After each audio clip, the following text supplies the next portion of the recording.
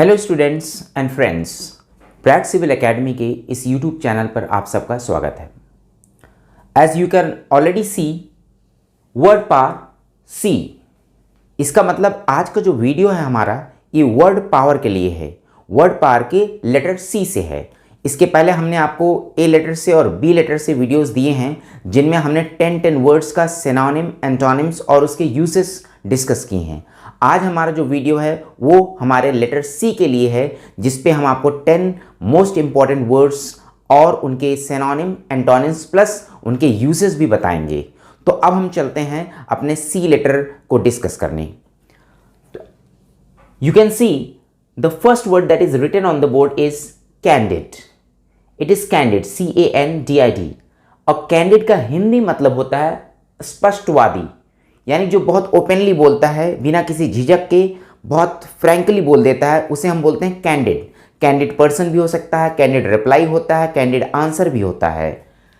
Synonym कह रहा है कैंडिड का अबव बोर्ड, ओपन, फ्रैंक या ऑनेस्ट या फेयर भी हम कह सकते हैं। तो जो अबव बोर्ड होते हैं, ओपन होते हैं, फ्रैंक होते हैं या जो बहुत ही ऑनेस्ट होते हैं अपने आंसर्स में, अपने एक्टिविटीज में, हम उन्हें क्या बोलते हैं? कैंडिड। इसका एंटोनिम देखिए, आर्टफुल, जो बहुत चतुराई के साथ कोई चीज़ करे, बहुत ज़्यादा मतलब ओपननेस के साथ नहीं, फ्रैंकनेस के साथ ना करे। डीवियस या लाइंग, यानी जो बहुत ओपनली ना बल्कि झूठ बोल के या बहुत इनडायरेक्ट तरीके से कोई बोलता है या कोई काम करता है तो उसे हम आर्टफुल, डेवियस या लाइंग बोलते हैं। एग्जाम्पल में आप देख लीजिए, यहाँ पे सेंटेंस लिखा है ही always gives a candid reply to our questions, यानी जो भी हम क्वेश्चंस उससे करते हैं वो हमेशा हमारे क्वेश्चंस का कैसा रिप्लाई देता है? Candid reply. तो जब कोई कैंडिड रिप्लाई बोलेगा, यानी कोई अगर रिप्लाई देकर कैंडिडली देगा तो यानी वो बहुत ही फ्रैंकली बोलेगा, ओपन होके बोलेगा, कुछ भी उसमें हिडन नहीं होता। Is that clear? तो एक तरह से कैंडिड का मतलब अगर स्पष्टवादी हो गया तो इसका एंटोनिम एक तरह से हिडन भी हो सकता है, जो इनडायरेक्ट भी होगा। Right. Next word is capitulate. Capitulate, right. Capitulate का मतलब क्या होता है? जब किसी के सामने आप हथियार डाल देते हैं, अपने आप को सरेंडर कर देते हैं या हार मान लेते हैं तो उसको हम बोलते हैं कैपिचुलेट। अब कैपिचुलेट का हिंदी मतलब देखिए, लिखा है यहाँ पे हथियार डालना या शर्त मान लेना। जब आप हार जाते हो, किसी की शर्त पे आप एग्री हो जाते हैं तो इसका मतलब आप कैपिचुलेट कर गए, यानी कि सरेंडर कर गए। इसका सिनोनिम होता है सरेंडर, कंसीड या बो, किसी के सामने झुकना। राइट। इसका एंटोनिम क्या हो जाएगा? फेस करना, सामना करना, डिफेंड करना या फाइट करना। आप किसी के सामने आप हार ना माने, यानी किसी के सामने झुके ना बल्कि उसका सामना करें, तो इसका एंटोनिम हो जाएगा। राइट। इसका देखिए एग्जाम्पल क्या कह रहा है? The terrorist capitulated before the armed forces, यानी हमारी आर्म्ड फोर्सेस के सामने टेररिस्ट घुटने टेक दिए, यानी कि वो हथियार डाल दिए, यानी कि वो हार मान लिए। तो कैपिचुलेट का यहाँ वर्ब है ये, इसका मतलब क्या हो गया? हथियार डाल देना या हार मान लेना या शर्तों पे सहमत हो जाना। The third word is capricious. Right. Capricious का हिंदी मतलब होता है सनकी या झक्की। अक्सर आपने देखा होगा, जब हम किसी के बारे में प्रेडिक्ट नहीं कर सकते वो आगे क्या बोलेगा, क्या करेगा, या कभी आपके साथ बहुत अच्छा बर्ताव कर रहा है, अचानक वो बुरा बर्ताव शुरू कर देता है या फिर अच्छे बर्ताव करना शुरू कर देता है। तो जब आप किसी को अनप्रेडिक्टेबल देखते हैं, अनप्रेडिक्टेबल स्टेट में देखते हैं, अनप्रेडिक्टेबल एक्टिविटीज़ में देखते हैं, तो ऐसे लोगों को हम कैप्रिसियस बोलते हैं। यानी कि किसी का होता है ना, मूड स्विंग करता रहता है, तो इसका मतलब उसका जो मूड है वो कैसा है? कैप्रिसियस है, कैप्रिसियस नेचर है उसका। तो कैप्रिसियस का सिनोनिम होता है इसेंट्रिक, वोलेटाइल, अनस्टेबल। यानी वोलेटाइल मतलब जो गतिशील हो, कभी स्टेबल ना हो, ठहरे ना, आज ऐसा है तो कल वैसा हो सकता है।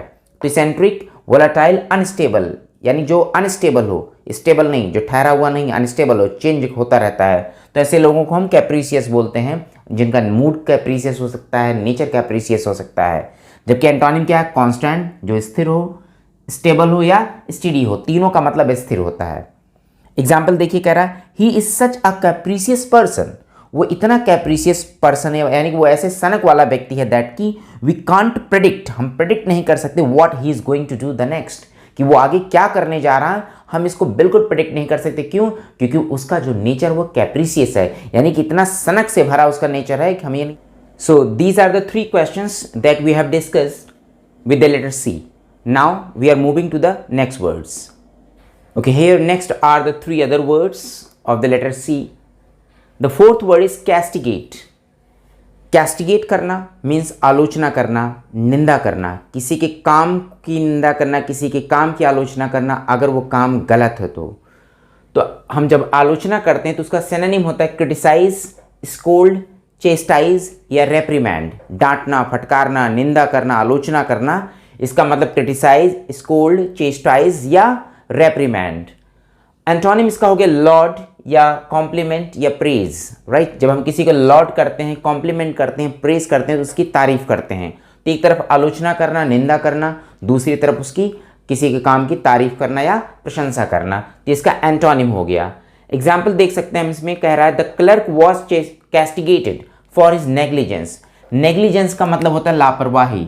तो अगर क्लर्क ने लापरवाही की होगी तो ऑब्वियस सी बात है कि अपनी लापरवाही के लिए किसी की प्रशंसा तो नहीं की जाएगी, उसकी आलोचना की जाएगी, उसकी निंदा की जाएगी। तो it means the clerk was castigated. Clerk की निंदा की गई यानी कि उसकी आलोचना की गई किस चीज़ के लिए? फॉर हिज नेग्लिजेंस, उसके काम में लापरवाही की वजह से। The fifth word is chagrin, CHARGIN, this is called chagrin, right. Chagrin, तो शागिन मीन्स उदासी। उदासी मीन्स जब आप डिसअपॉइंटमेंट में चले जाते हैं या डिससेटिस्फैक्शन में चले जाते हैं, दैट इज कॉल्ड उदासी। यानी जब आप एक ऐसे स्टेट में हो जहां कुछ आपको अच्छा ना लगे, आपको बहुत बुरा फील होता है, तो that state of mind is called Shagin. इसका एंटोनिम होता है डिलाइट, जॉय या हैप्पीनेस, जहां खुशी आपको मिले। अब आप देख सकते हैं एग्जाम्पल कह रहा है the rejection of his proposal led him in chagrin, यानी जब किसी के प्रपोजल का रिजेक्शन मिल गया, जब किसी के प्रपोजल को एक्सेप्टेंस नहीं मिला बल्कि रिजेक्शन मिल गया, तो ऑब्वियस सी बात वो कहाँ पे चला जाएगा फिर? वो शागिन में, यानी कि वो एक होपलेसनेस में चला जाएगा, डिसअपॉइंटमेंट में चला जाएगा, उदासी की अवस्था में चला जाएगा, खुशी की अवस्था में नहीं जाएगा। अगर आपका कोई काम बिगड़ जाता है तो आप बहुत प्लेजर में नहीं चले जाते, हैप्पीनेस में नहीं चले जाते, बल्कि आप डिससेटिस्फैक्शन या डिसअपॉइंटमेंट में चले जाते हैं, यानी कि आप उदासी में चले जाते हैं।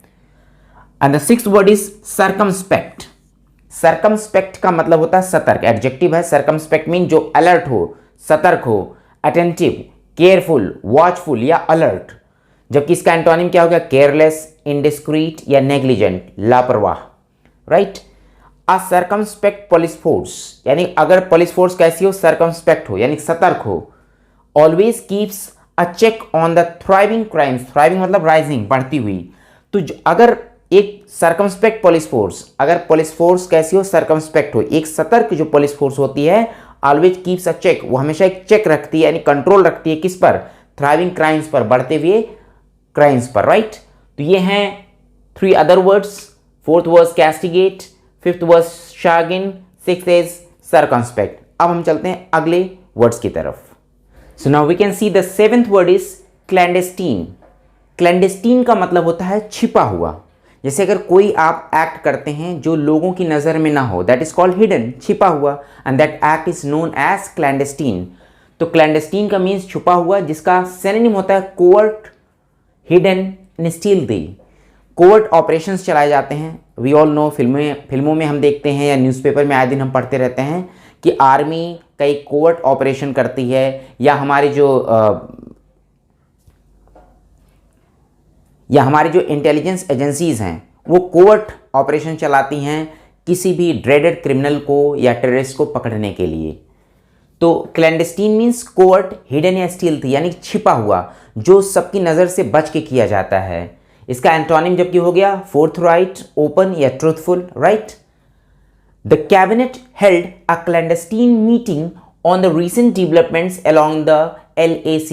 LAC means line of actual control that divides India and China, जो इंडिया एंड चाइना के बीच की बाउंड्री है। तो अभी रीसेंट डेवलपमेंट्स इस समय भी चल रहे हैं, तो उस रीसेंट डेवलपमेंट्स के मुद्दे पर the cabinet held a clandestine meeting, यानी जो कैबिनेट ने मीटिंग रखी वो छिपी हुई मीटिंग रखी, अभी डिस्क्लोज नहीं की है कि उस मीटिंग का रिजल्ट क्या है, right. 8th word is clemency. Clemency का मतलब होता है दया या माफी या क्षमा। सिनोनिम इसका होता है फॉरगिवनेस, लीनियंसी या कंपैशन। आप किसी की तरफ लीनियंसी शो करते हैं, फॉरगिवनेस शो करते हैं, कंपैशन शो करते हैं, इसका मतलब आप किसी को दया दिखाते हैं। जबकि इसका एंटोनिम हो गया एपैथी, यानी कि आप किसी को दया नहीं दिखाते, एपैथी यानी उदासीनता दिखाते हैं उसकी तरफ, या पनिशमेंट या सजा देते हैं आप उसे। एग्जाम्पल कह रहा है the president has an exclusive power to show clemency to a person facing a death sentence. ये हमारे इंडियन कॉन्स्टिट्यूशन में भी लिखा है, अगर किसी को डेथ सेंटेंस मिला है या फांसी की सजा मिली है या उम्र कैद मिला है, तो अगर उसे क्षमा करने का अधिकार किसी को है तो किसको है? वो प्रेसिडेंट को है, राइट? तो ये हो गए हमारे। So these are the last 2 words from the letter C. 9th word is collusion. Collusion का हिंदी मतलब होता है मिली भगत या साठगांठ। अक्सर आपने सुना होगा 2 लोगों के बीच की साठगांठ या मिली भगत, और अक्सर इन नेगेटिव सेंस में ये वर्ड लिया जाता है, कोई पॉजिटिव सेंस में नहीं लिया जाता। मतलब 2 लोगों के बीच का अच्छा कनेक्शन नहीं, किसी बुरे काम के लिए जो कनेक्शन होता है उसे हम बोलते हैं कोलूजन। और कोलूजन का मतलब होता है कन्नाइवेंस, कि कन्नाइव का मतलब होता है षड्यंत्र करना। तो जब षड्यंत्र करने के लिए या किसी नेगेटिव काम के लिए जब 2 लोगों के बीच का जो कनेक्शन होता है दैट इज कॉल्ड कोलूजन। तो कन्नाइवेंस या नेक्सस या डॉज, इसका जबकि एंटोनिम हो गया ऑपोजिशन या कॉन्ट्राडिक्शन, जब विरोधाभास हो, यानी मिली भगत ना हो, विरोध हो 2 चीज़ों के बीच में या 2 लोगों के बीच में। एग्जाम्पल देखिए, बहुत ही रिसेंट एग्जाम्पल है, the collusion between the political leaders and the bureaucracy is the biggest cause of corruption in India. India में जो करप्शंस होते हैं उसके पीछे सबसे बड़े कारण क्या देखा जाता है? द कोलूजन, वो मिली भगत किसके किसके बीच में? The political leaders on the one hand and the bureaucracy on the other hand. तो the collusion between the political leaders and the bureaucracy is the biggest cause of corruption in India। ये सिर्फ example है, आप इसको seriously मत लीजिएगा, right? And 10th word is colossal. Colossal का मतलब होता है बहुत ही विशाल। और विशाल मतलब जायंट, गाइजेंटिक या ह्यूज या एनॉर्मस, जो बहुत ही बड़ा होता है आकार में, उसे हम क्या बोलते हैं? Colossal, right? जिसे कोलोसल बिल्डिंग हो सकती है, कोलोसल मॉन्यूमेंट हो सकता है, कोलोसल कोई हिल हो सकती है या माउंटेन हो सकता है। एग्जाम्पल देखिए, कह रहा है in its recent excavation. Excavation का मतलब होता है खुदाई। द ASI का मतलब होता है archaeological survey of India, right? जो आर्कियोलॉजिकल सर्वे ऑफ इंडिया होता है यानी पुरातत्व विभाग, भारतीय पुरातत्व जो विभाग होता है, आर्कियोलॉजिकल सर्वे ऑफ इंडिया। तो जो आर्कियोलॉजिकल सर्वे ऑफ इंडिया ने अभी रिसेंट एक्सकैवेशन किया है, तो the ASI has The ASI has discovered an ancient monument of colossal size, यानी कि एक एंशियंट मोन्यूमेंट मिला है कोलोसल साइज का, डिस्कवर हुआ है किसके द्वारा? ASI के द्वारा, जो भी रिसेंट एक्सकैवेशन में उसने प्राप्त किया है। तो एक्सकैवेशन मतलब खुदाई होता है, आप न्यूज़पेपर पढ़ते होंगे तो उसमें पढ़ते होंगे, हिस्ट्री में भी पढ़ा, आप एंशियंट हिस्ट्री भी पढ़ते हैं तो ये वर्ड आता है।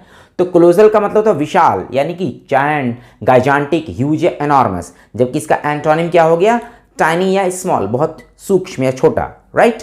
तो आज ये 10 वर्ड्स थे फ्रॉम द लेटर सी, और ये सारे के सारे वर्ड्स वो वर्ड्स हैं जो कई एग्जामिनेशंस में कई बार पूछे गए हैं। तो these are very very important words from the letter C. तो चूंकि हम एक एक लेटर उठा के डिस्कस कर रहे हैं, 10 इंपॉर्टेंट वर्ड्स हम निकाल करके आपके सामने सिनोनिम्स, एंटोनिम्स एंड यूजेस बता रहे हैं। आप बस इन्हें रिवाइज करिए, पेपर पे अपने नोट डाउन करिए, जैसा मैंने शुरू में ही डिक्शनरी बताया था बनाने के लिए, डायरी मेकिंग करके डिक्शनरी अपनी बनाइए। और अगर आप इसे 2-3 बार रिवाइज कर लेंगे तो ये वर्ड्स हमेशा के लिए आपकी मेमोरी में सेट हो जाएंगे, और जब भी आपके सामने एग्जाम्स में आएंगे तो आप इन्हें आसानी से टिक कर सकते हैं। बाकी आप अपने डेली लाइफ में तो यूज़ ही करते हैं। आई होप कि आपको ये वीडियो बिल्कुल पसंद आएगा और आपको ये 10 वर्ड्स बिल्कुल समझ में आ गए होंगे। अगर आपको कोई क्वेरी है तो आप प्लीज़ कमेंट बॉक्स में अपनी क्वेरीज हमें सेंड कर सकते हैं। I will definitely give you the answers. तो थैंक यू।